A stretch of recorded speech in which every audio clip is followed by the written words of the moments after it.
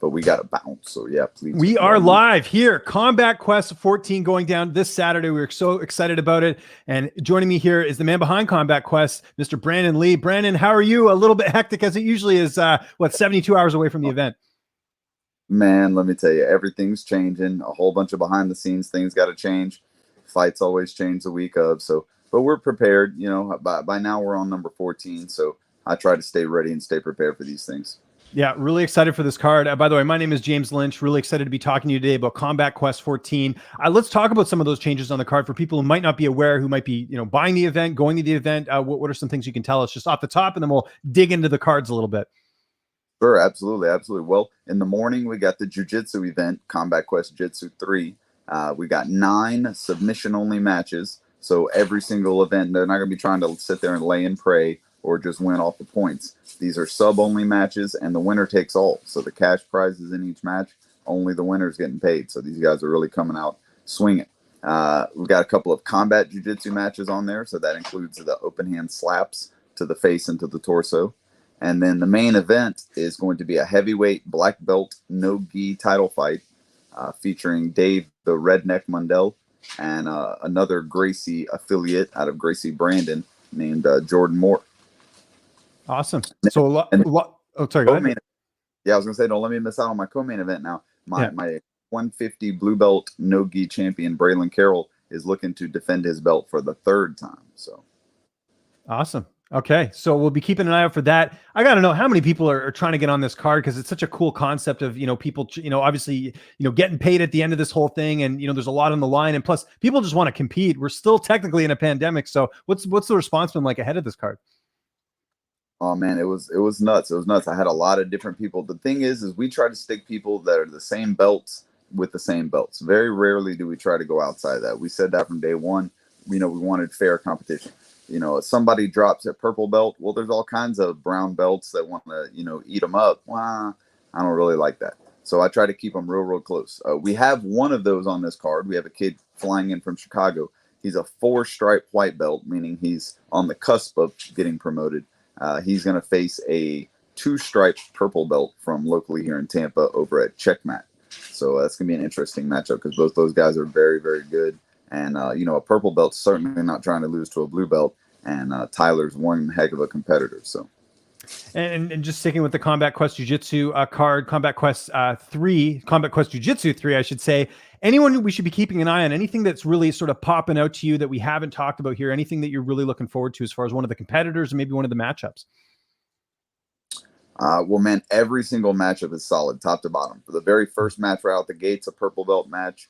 We've got a high-level blue belt Ghee match, which we haven't done too many Ghee matches because they tend to be a little bit slower, tend to be a little bit more technical. And if you're not a true Brazilian Jiu-Jitsu authentic fan, if you're not just a purist of that, you probably don't find as much entertainment in the Ghee. But we are going to have one of those. We've actually got 2 guys that are both Reapers. You see me rocking my Team Reaper. Love it. Looks here. Good.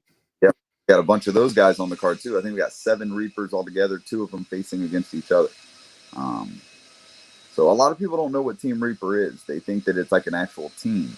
It's not. Team Reaper is a concept where fighters get the ability to build their own brand, get ability to come up with their own designs and their own how they want to market themselves. And then this company handles all of the printing, the marketing, the drop shipping, and the fighter gets 50% of the proceeds. So it's a 50-50 split for each fighter that gets picked up, and it helps them build their fan base, get their merch out to their people, which is important. Yeah, no, and that's something I talk to fighters about all the time. Your brand is really what you are at the end of the day, because you can't fight forever, right? And you need something else that's going to sort of carry you going forward. Let's move over to the Combat Quest 14 card. Looking at the prelims, a lot of interesting fights here as well. Anything that sort of stands out to you on the prelims? Anything you want to sort of dig into as far as some of the matchups here? I love the variety of weight classes too. That's awesome. Yeah, man, we try to sprinkle it around, bro. We want to build this thing up. Eventually, I want Vigilant MMA to be the premier amateur organization in the country. That when guys become champions with us, they're going to get a pro shot. When they turn pro, they're going to be successful. And you're going to see, we'll get to the main card in a minute, exactly what my brainchild and what I'm talking about. But we look to build champions and build future professional champions, not just go from show to show, not just pad anybody's records. So on the prelims, that prelim main event is going to be amazing. That's two really good 170s, but they're meeting at a catch weight on this one short notice. A couple of things came up, so they're meeting at 175. And don't sleep on that kid kickboxing match, which is right before it. These kids have both fought Pancration. These kids have both fought Kids MMA against each other twice, so they know each other well. They both got a lot of experience. Even they're both debuts in kickboxing. They're both very experienced. So definitely looking forward to both of those. And I mean, all the fights, every single one, top to bottom, is evenly matched. And a glimpse into the future as well. That's what I love here about this card. It's got a little bit of everything. And again, these are names that we are going to see in the bigger promotions in the future. Not that Combat Quest isn't, but you know what I'm saying? The UFC, the Bellators, those types of shows. It's a good glimpse of what the talent level looks like. I love the fact, too, that there's some catchweight fights in here. A lot of people, you know, for those who don't know, I mean, you're going to get a better fight that way. Guys aren't cutting as much weight. They're not killing themselves to make that weight class. We even have a title fight on the main card that's, you know, going to be a catchweight fight as well. How crucial is that in regional MMA, especially when you have so many fight cancellations where guys are missing weight and the commission won't allow it? So here's the thing that people don't think about, man. Sorry, my camera went out. Here's the thing that people don't think about. Where am I at? With a catch weight, it allows both fighters to find some strength. Okay. Mm-hmm. If you have a guy that's like in this show, we have Jose Gallegos. He's the #1 lightweight in Florida and Georgia, the #2 lightweight in the Southeast United States, stud at 155. He's contemplating a move to 145 in the pros. Well, what a beautiful opportunity. One of his last amateur fights, he sounded like he's going to go pro after this. So give him a fight at 150 so he doesn't have to make the full cut, still fight a very competitive kid in Tyler Keating, who conversely is looking to actually move up when he goes pro and go to 155 because his body is growing more. He's growing out of that 145 frame. So that's a beautiful fight. You got a 5-2 kid, you got a 7-3 kid. Jose is definitely a lot higher ranked, but Tyler's nobody to be slept on, and the killer turtle is going to come, you know, ready to bang too. So I'm excited for that fight. Yeah, I spoke to both fighters. Tyler, I just spoke to literally 20, maybe 30 minutes ago. And, you know, a new dad as well. He's got a 9-month-old at home. So we'll see. You know, we saw Dad Cerrone in the UFC. We'll see if Dad Tyler Keating in this fight will pay dividends as well. Really, really, really excited about that 150 catchweight title fight as well. The co-main event, Robert Beatty taking on Marcellus Wallace.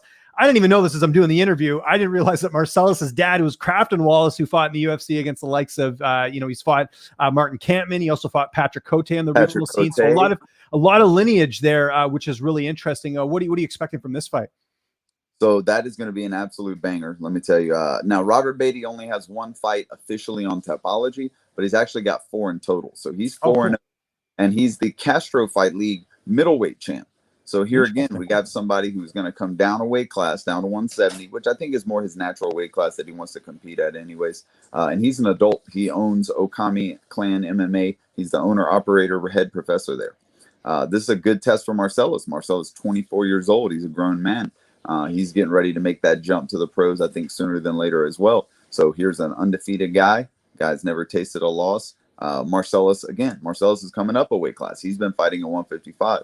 But again, he's a kid that I think has outgrown that weight class, size-wise, frame-wise. So he's going to be more comfortable at 170. There's no reason for these guys to continue doing the Conor McGregor cut to 145, and you look so emaciated at the weigh-ins that people are taking you to the hospital to get you, you know, IVs in both arms. There's no point in that. No, I agree. And let's talk about the main event. Featherweight title, Sam Kilmer, Adam Amato. What can we expect from this main event? Looks like a really solid, you know, fight between two guys that are just chomping at the bit to, you know, make that jump.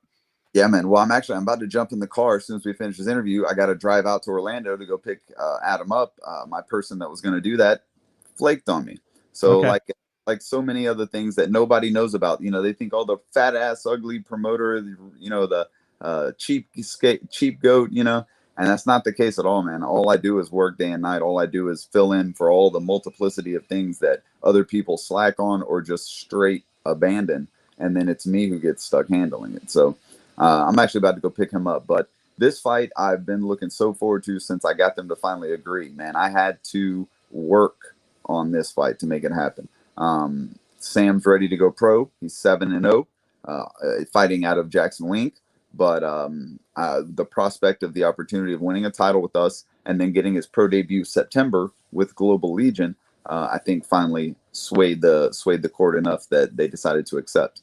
And Adam, although he's 6-1, he should be 7-0. He got robbed in his loss. So this is basically 2 undefeated studs at featherweight.